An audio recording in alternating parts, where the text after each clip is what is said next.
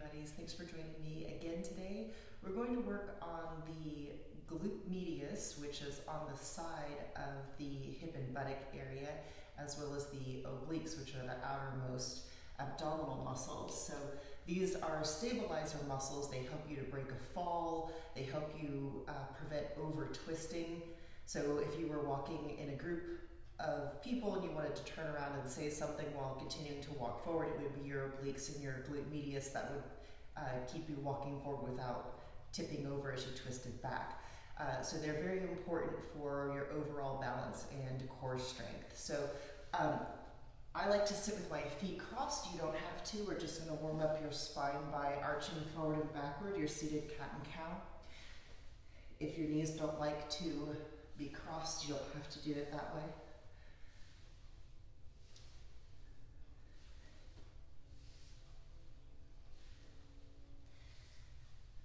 Good, and let's warm up the obliques by bringing the fingertips to the shoulders, the elbows out to the side, and you'll twist from side to side, your pace and your range of motion. Some people like to keep the head pointed forward. Some people will take the gaze with them. It's just a matter of personal preference. One isn't better than the other, so go where it feels good to go. As always, I don't use any music during the videos to avoid any copyright infringement, so put on whatever you like.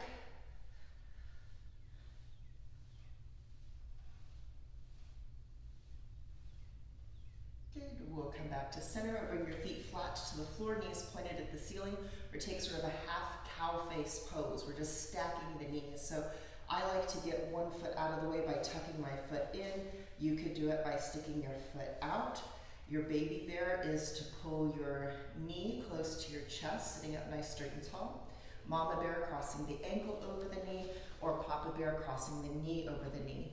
It's okay if you have a hip up off of the floor, but your goal is to get it as low as you can so you really feel it in the outside of the hip, thigh, and buttock. If you want more, you can lean forward and intensify the stretch.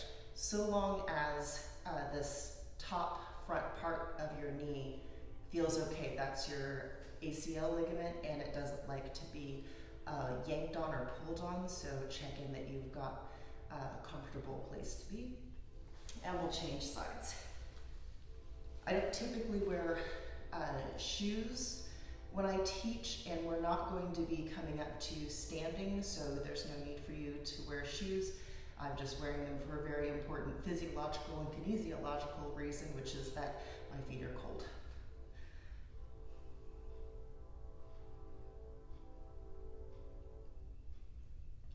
All right, so let's start with our box lifts. So you're going to take your feet to a box shape. So one foot tucks in and the other foot tucks behind, so your heel is pointed at your hip, as long as your knee is okay with that. And you're going to shift all your body weight forward. And baby bear is just lifting your foot up off of the floor. Mama bear is a tap and a lift. And Papa bear, you keep the leg off the floor, but you extend and bend the leg. So bonus points if you can keep your hands up. If you need to, you can put your hands on the floor, but you're really using the glute medius to hold the weight of your leg, and then your abductors are helping you with the rest of the weight. And a leg is about 35 pounds on average. You'll start to feel that pretty quickly.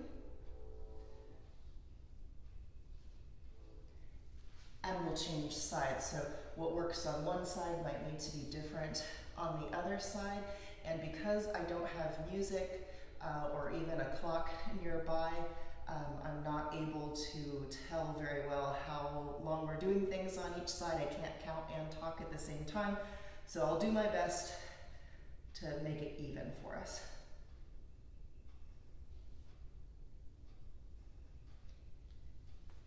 Good, now we're coming on to the sitting bones, and I'm going to turn to the side so that you can see me. It's important that you are on the sitting bones, not back on your sacrum, because that will catch up with you sooner rather than later. If it doesn't feel bad right now, it's just not a good thing to do long term.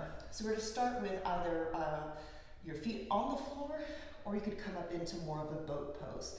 But again, you can bring your hands to your shoulders, or you can have your hands in front of you. You're just twisting from side to side if that's a little more than what you need. Or you feel like you're gonna roll onto your sacrum, you can put your feet on the floor, and that will help to re-stabilize you and keep good posture.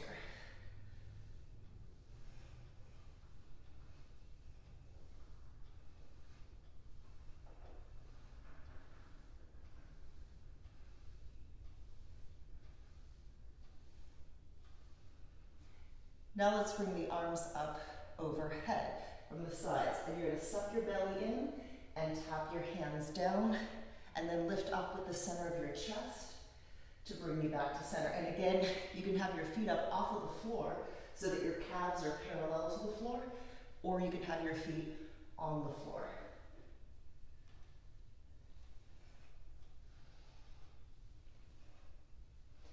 So pull your belly in when you're twisting, and that'll give you some more space, and that also helps to contract the obliques, which is where we're working.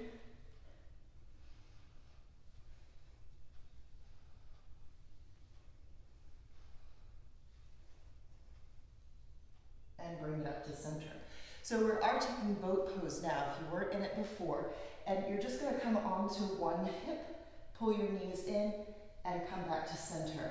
The other hip, knees in, and back to center.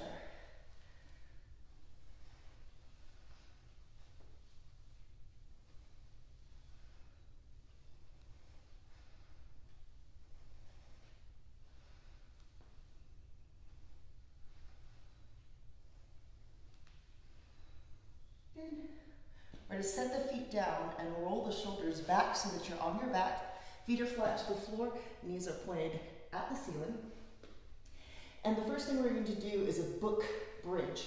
So you're going to squeeze your cheeks, lift your hips up as high as you can, and you're going to drop your knees out and in like you're opening and closing a book. It's fine if you need to come onto the blade side of your foot, sort of roll your arches up off of the floor if you feel like you have that flexibility, but our main concern is keeping the hips high. So when you are dropping your knees out to the side, your hips will naturally dip a little bit. Your work is to minimize that dip as much as you can.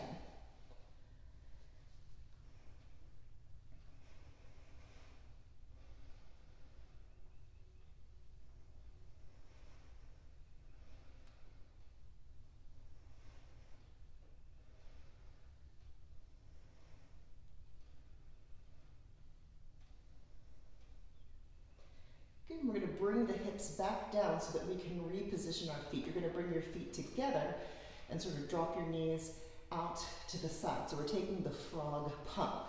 So your feet will stay sort of on the blade sides, the arches point more toward the ceiling, and you squeeze and lift. So your tailbone should be the first thing to leave the floor, and it should be the last thing to come back down. So you're rolling your spine down vertebra by vertebra until you get to the coccyx.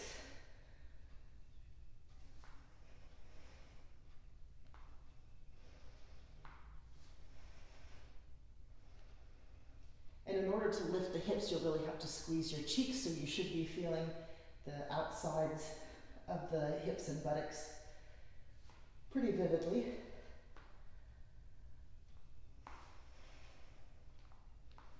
Good, now you bring your feet back flat to the floor, knees pointed at the ceiling. We're going to tuck the chin to the chest and leave your shoulder blades, the very tips of your shoulder blades, on the floor. And you bring your arms out parallel to the floor. So staying in this position, you're not ever going to roll back. You're going to reach from side to side, like there's something just beyond your ankle that you're trying to reach. And you'll feel this in your upper obliques.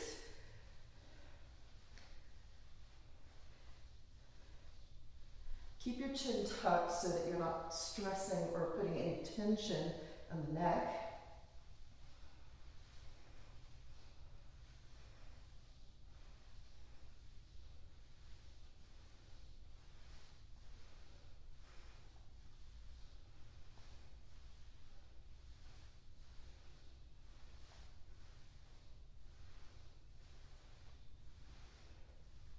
And we're going to come onto the side. I'm going to start on my right side.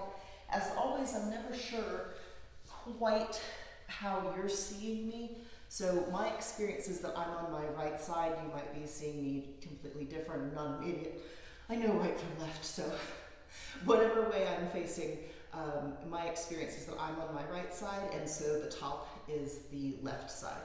I'm on my elbow. That's a comfortable place for me to be. It might not be for you if you have neck or shoulder issues, so you can always extend your arm out and rest your ear on top of your shoulder on the floor if you need to. Let's start with our taps and twists. So your top leg is your left leg. You're going to tap your toe behind you as far as you can. You're going to pull your knee in towards your ear as much as you can, and then bring your knee over the top. So we're not just going just straight forward. We're coming in and over, and that is what is contracting your oblique. So you're getting that movement and lift from your gluteus medius, and then you're getting the crunch through the oblique. We don't want to miss out on anything. If you're going to do the work, you might as well get the benefit. So we're more concerned about form than about speed or repetitions.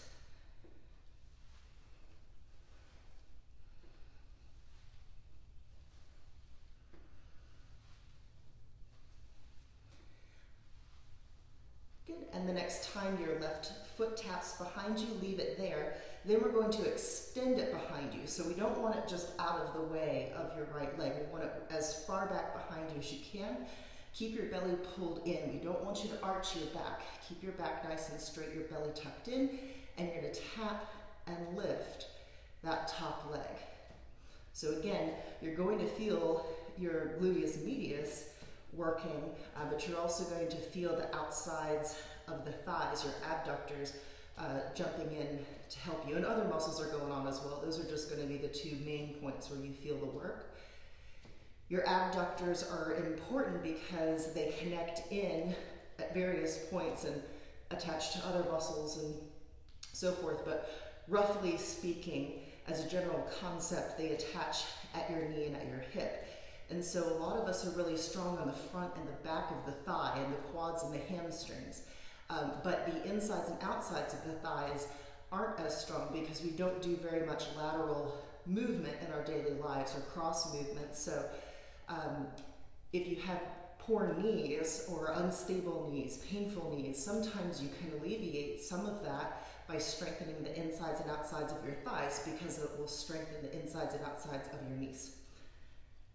From here, we're going to bring your leg out to hip height or above. It just can't be below. If your foot is falling below the level of your hip, you're going to be yanking on your sacrum and your low back. It's not going to feel good. It will really feel terrible very quickly. So hip height or above, and you're just going to swing your foot forward and backward. You're going to keep your foot nice and level. So remember, your leg is about 35 pounds. Even if you fatigue, we don't want you to dip on your way through, because again, that's going to pull on your sacrum. So nice level leg, hip height or above.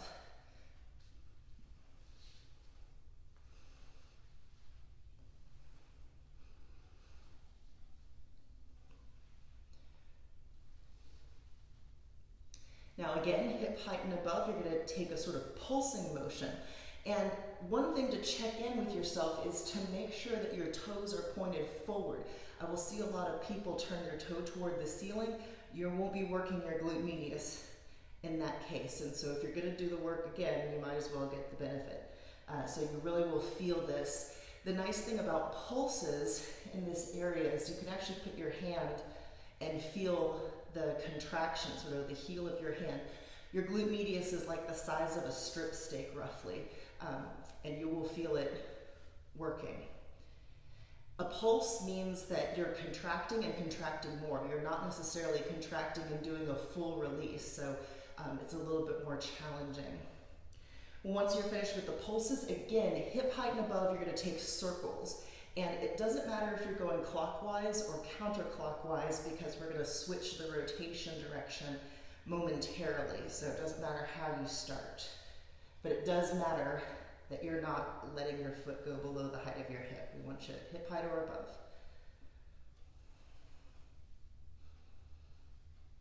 And reverse Hip height or above. Toes still pointed forward. Watch that it hasn't gotten away from you.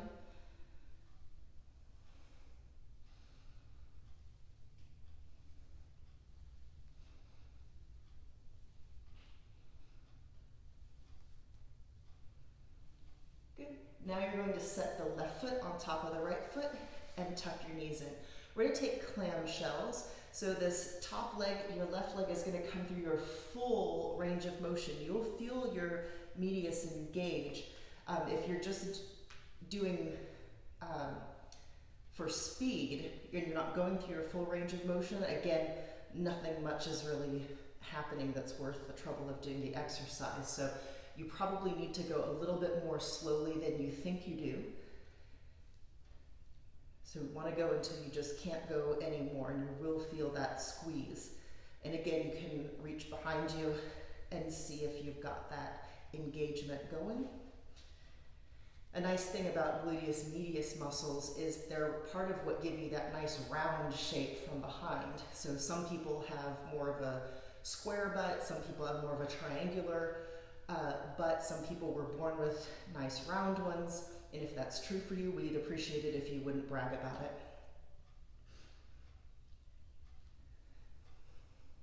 You can add some resistance here just by holding your hand down and sort of forcing.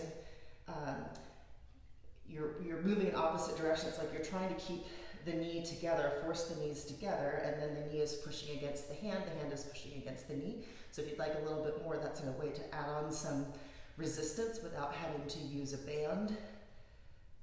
And let's take mermaids. So you're going to straighten out your feet and then bring them forward. And that's hugely important because if you don't bring your feet forward, you will be at the chiropractor's office in very short order. So make sure you are set up properly.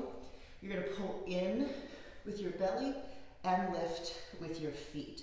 So your feet might not come up very high, and that's okay. Some people can touch their toes as they come up. Goody for you if that's true for you.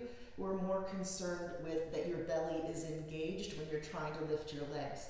So if you are not engaged through your belly, you're not sucking in, and you try to lift 70 pounds of leg, your back is going to do that work for you.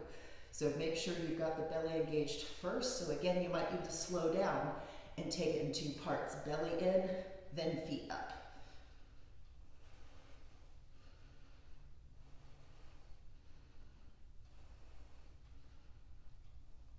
Now you're going to tuck your feet back in, and you're going to partially come down so that both shoulders are on the floor. Both knees are pointed, again, this is in my experience, to my right. And again, you're going to suck in with your belly and lift your chest and shoulders. Tuck your chin into your chest. If you're like me, you probably can't come up very high, and that's okay. If you're long through the torso, you can probably come up a little bit higher, but I don't think I can get my right scapula completely off the floor, and that's okay.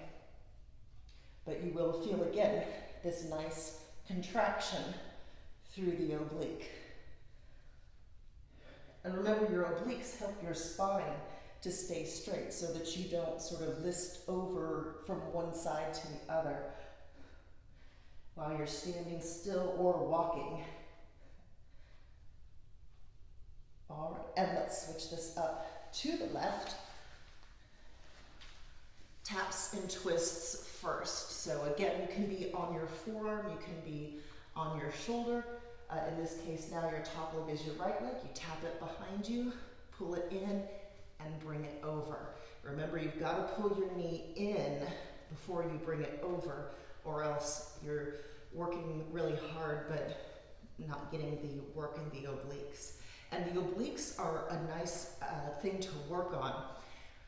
You know, we're always seeing in fitness articles that abs are made in the kitchen, meaning everyone has abs, everyone has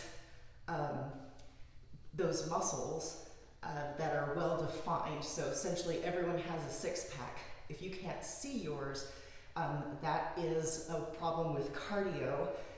It's just they're not visible underneath other tissue. Didn't I put that politely? So even if you don't want to give up carbs and you don't want to do any crazy cardio regimen, the obliques are the first set of abs to show. So if you're going to work something, work your obliques, then at least you'll have maybe a nice little definition on the sides, even if you don't have the full six pack. And that way you can have your carbs and your abs and everyone's happy. Now let's kick the foot way back behind you. Remember, not just behind your left foot, but way behind you, and tap and lift. And remember, your belly is pulled in. We're not getting sway backed.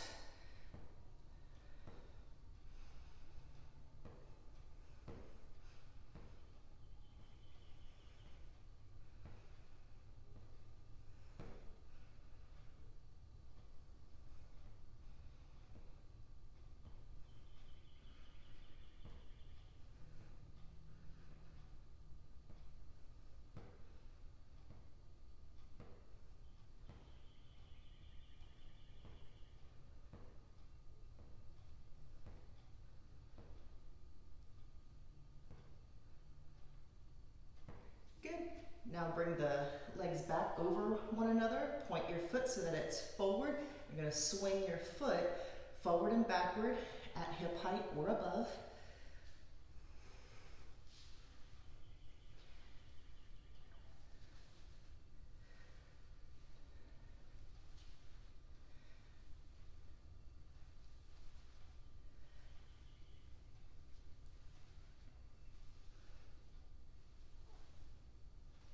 Remember not to dip on your way through.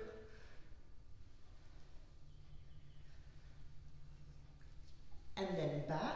And again, make sure the toes are pointed forward, not up. And you take that little pulse motion. So it doesn't have to be very big, but again, you just don't want to be going below the height of your hip for this.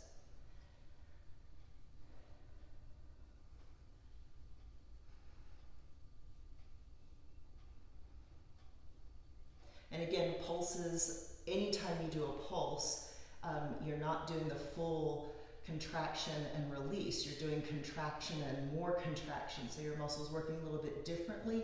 You'll feel that you're working a little bit harder in less time. So it's a really efficient way to add intensity to your workouts if you don't need, or if you are able to add time. Let's take circles. Hip height and above. Again, it doesn't matter if you're going clockwise or counterclockwise. It does matter that you're not dropping your foot below the level of your hip, because that will really pull on not just your spine, but the soft tissue surrounding the spine. You know, you could even tear fascia if you're getting overly excited and moving around too much. There's no need for that much enthusiasm. Reverse.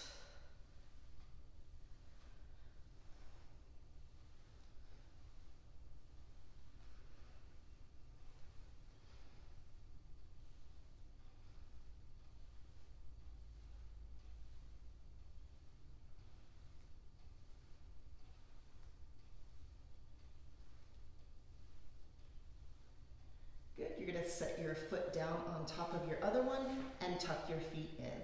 So again, for your clamshells, you're going in for your full range of motion.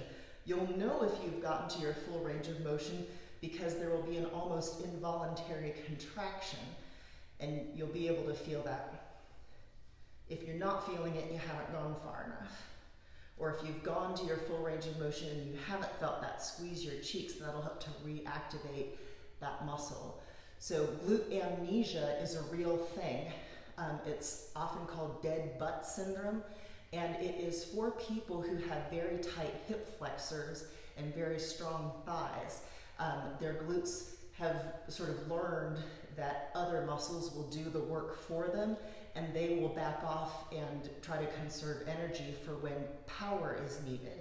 But you need glute power all the time. So if you have this dead butt syndrome, the thing to do is keep going with this exercise or glute bridges or whatever it is you're doing, and go past the point of fatigue. When those other muscles that have been compensating fatigue, your glutes won't have any choice but to reactivate and jump back in. Let's take mermaid. So your feet come out, and again, they come forward. Don't let your feet stay right where they were. And then of course, in with the belly, then up with the feet. If you are going belly and feet together, make sure you are doing that perfectly simultaneously. Don't lift your feet, then pull your belly in.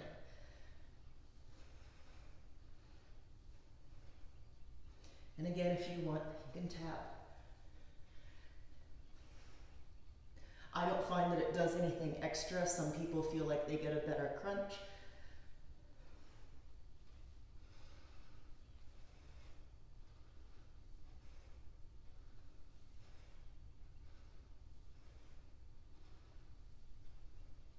Good, now you're gonna tuck your feet back in. We're gonna take these sort of side crunches. So the knees, or my knees are going to the left. I don't know what side you're on, but you do you. And again, in with the belly, up with the shoulders.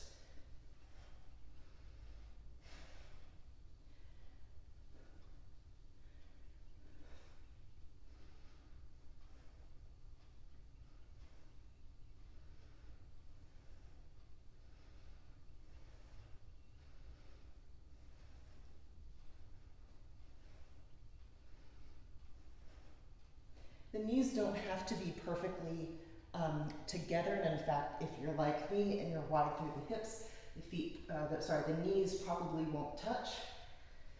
That's okay. Some videos will say your knees must touch. That might not be available to you just by virtue of the shape of your skeleton. Doesn't really have anything to do with your flexibility or strength. And let's come into all fours on hands and knees. So the first thing let's do is the rainbow. And so you will need some space on either side of you. You're going to start out, again, on my experience is that I'm on my right side, and you'll sort of be operating from the midline of your mat. And then when you bring your foot up and around, it'll be sort of on the lower part of the other side of your mat. So that's where we're headed. You need at least enough room on the side of you for your leg to move around freely. So as always, once you're in all fours, if you need to be, you can come onto gorilla fist so that your wrist stays straight, or you can be on your forearms. You're gonna tap your right toe to the midline of the mat, and you're gonna pull in with the belly, and you're going to make an arc up and over and around to the left side of the mat. So one thing to keep in mind is that we don't want a lot of movement in your shoulders, or specifically your left elbow. So if you're really twisting through your shoulders, you're letting your back do the work. And the same thing for if you've got to bend your elbow, you are probably trying to twist more than necessary.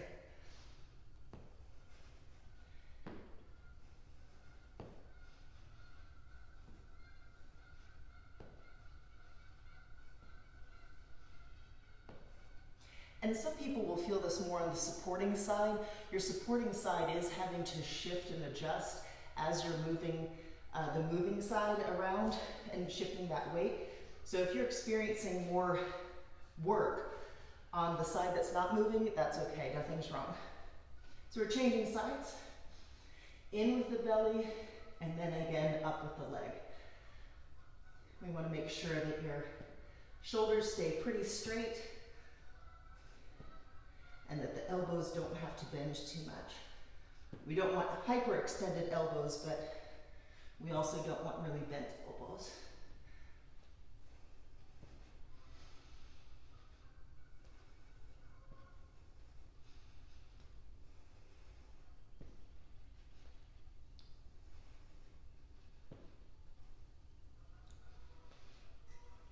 Good, and bring that in. So again, we've got some side to side movement, this time with the arm and the leg. So if you're able to do rainbows, you probably have enough room for this.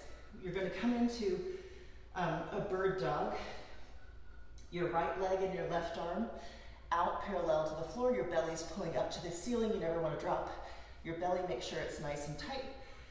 And you're going to bring your left arm out to the left, the right leg out to the right, and back to center. Side, center, side, center. And again, we don't want the foot to dip as you're going from side to side. We want it nice and level, side to center. And if you don't want to do the arm, you don't have to. Change sides. So now, the left leg and the right arm, if you're doing the arm, I think I'll skip that.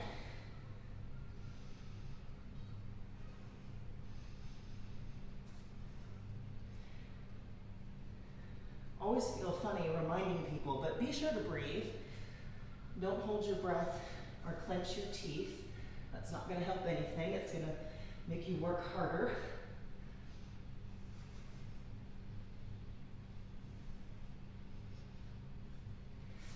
And bring this in. So you're going to come out into a plank, and usually I would say or a modified plank, but there's some movement here. So being on the knees might not work for you, especially if you're on carpet. So your plank, and you can tap your plank, just stepping one foot behind you, or sorry, to the side, and then back to center, or you can jack.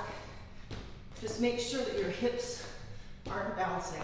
I see a lot of people get their hips way high, and that's not what we want.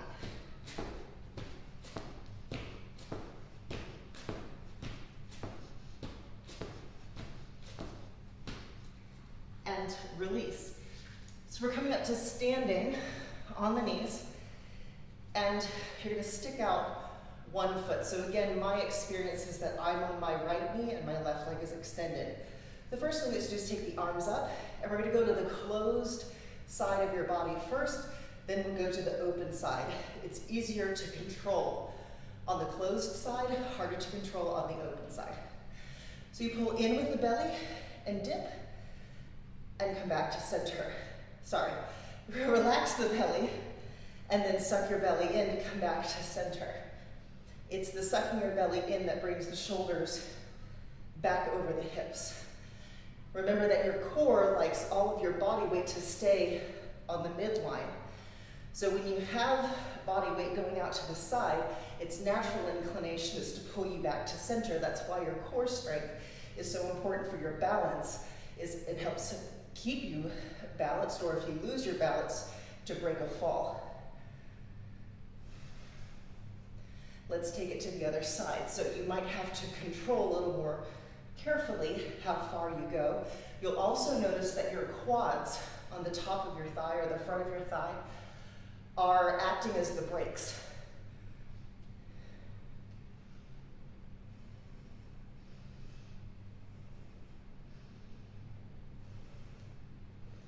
Now let's take the arms out parallel to the floor. And again, we're going to go to the closed side, and then we'll go to the open side.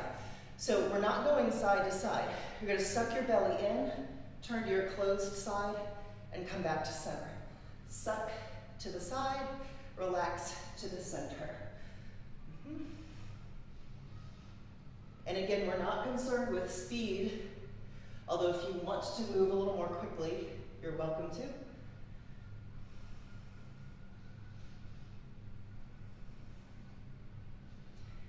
The open side. So side to center, you're not going from side to side.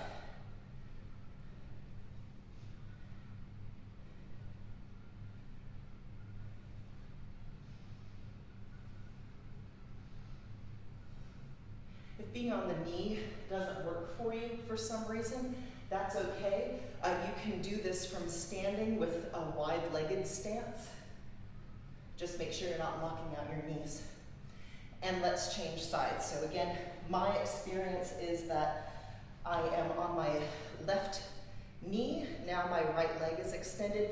We're going to go to the closed side first, then to the open side for both the dips and the twists. So arms are up, the belly's relaxed, you suck your belly in. The belly's relaxed, you suck your belly in.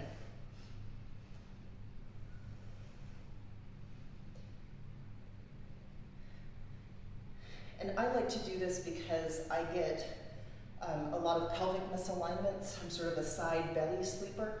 And so my sacrum is often pulled up and forward. And a lot of times after I'm nice and warm and I do this, I can get all kinds of pops and clicks, and my sacrum sort of smooshes itself back into place. It's cheaper than a chiropractor. So we'll take it to the other side, your open side. So again, you're gonna need more control here. You might need to push into the extended leg a little bit more to act as a brake if you feel like your quads are fatiguing.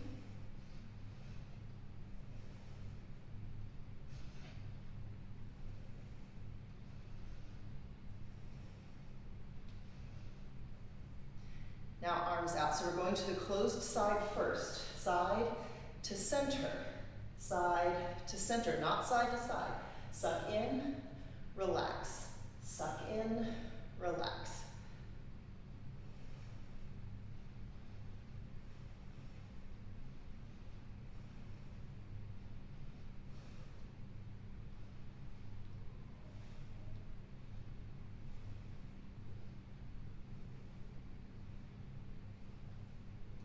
And let's take it to the open side, side to center.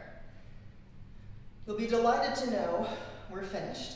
We're just gonna do some stretching to make sure that you're not terribly sore after this, and to make sure you don't lose range of motion. Remember, we need you to be strong and flexible. If you lose flexibility, you are at a lot more risk for injury. So stretching isn't going to undo the work of building the muscle mass, but it will help you recover, and it will help you keep from bulking up, and it will prevent injury. So we're coming back to all fours, and I'm going to stay pointed in this direction just for a second so that I can show you what we're doing. I call these moguls, sort of like skiing downhill. I'm from Florida. I've never skied, so I'm not actually sure if that's accurate. Nevertheless, that's what they're called. So you're just going to dip your hips from side to side. This is sort of what I think I see when the skiers are doing moguls. And you can go, as deep as you like, if your knees will allow it. From here, let's come into either pigeon or threaded needles. So if you're taking pigeon, you're going to slide your knee forward, your heel inward, and scoot your leg backward. And remember, it's always the case that you need to have your hips level. If you roll onto the outside of your hip, it might feel like you're getting a better stretch. What you're feeling is your fascia pulling and about to tear. That can also be true of your anterior cruciate ligament, the ACL on the front of your knee. So we've got to have your hips even and level. That's the only way to protect your knee. Even if it doesn't hurt you, it's something that'll catch up with you in the long run. If pigeon is not for you, you can come onto your back and get the exact same stretch, the exact same intensity, everything, just without the pressure on the knee, by crossing your ankle over your knee and pulling your knee into your chest. Now, we'll see a lot of people with their knee directly over their hip. Nothing much is happening. If your knee is closer to your chest, you will feel the stretch. And if you're very flexible, but you just can't be on your knee, you might just need to wrap your arm around your arch and pull your your shin, the lower leg, parallel to your chest. So 6 1/2 does none of the other. As I say, you're not losing anything by flipping over onto your back. Some people perceive that if they aren't doing pigeon, they're not doing it hard enough, or it's somehow less than to do the threaded needles. That really is not true. It is just facing a different direction. The intensity, muscles involved, everything is the same. So go where it feels good to go, not where you think you should be.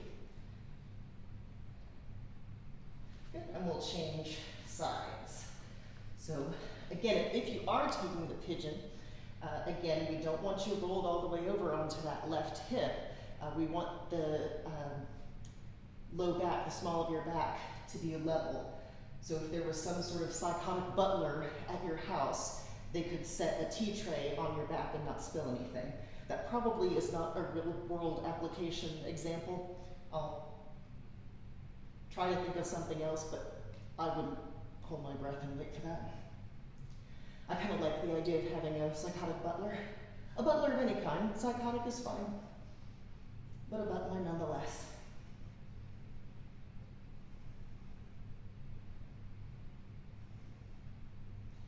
Good, and we'll set that down. If you aren't already on your back, come onto your back. Pull the knees into the chest, thighs to belly. If you have a good, healthy low back, from here you can drop the knees over to the right and look over to the left. That's a pretty big twist. So for some of us, especially if you have disc problems, you probably would like to put your feet on the floor first, then drop the knees over to the right and look over to the left. Whatever works for you.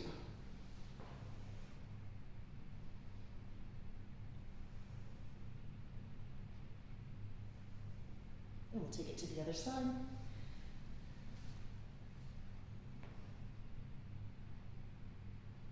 Nice big deep breaths here. Remember, anytime you're in a twist, you have an opportunity to drain lymph nodes.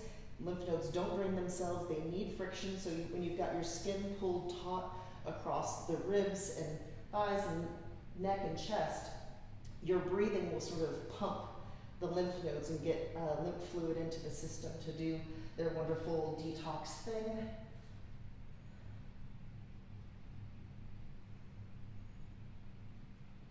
Good. And we'll come back up to seated. If you'd like more, there's other videos. If you're ready to take a Shavasana, you can do that. Otherwise, thank you for sending me your dog pictures during this quarantine. I'm suffering from fur withdrawal, so keep them coming, and I will see you next time. Namaste.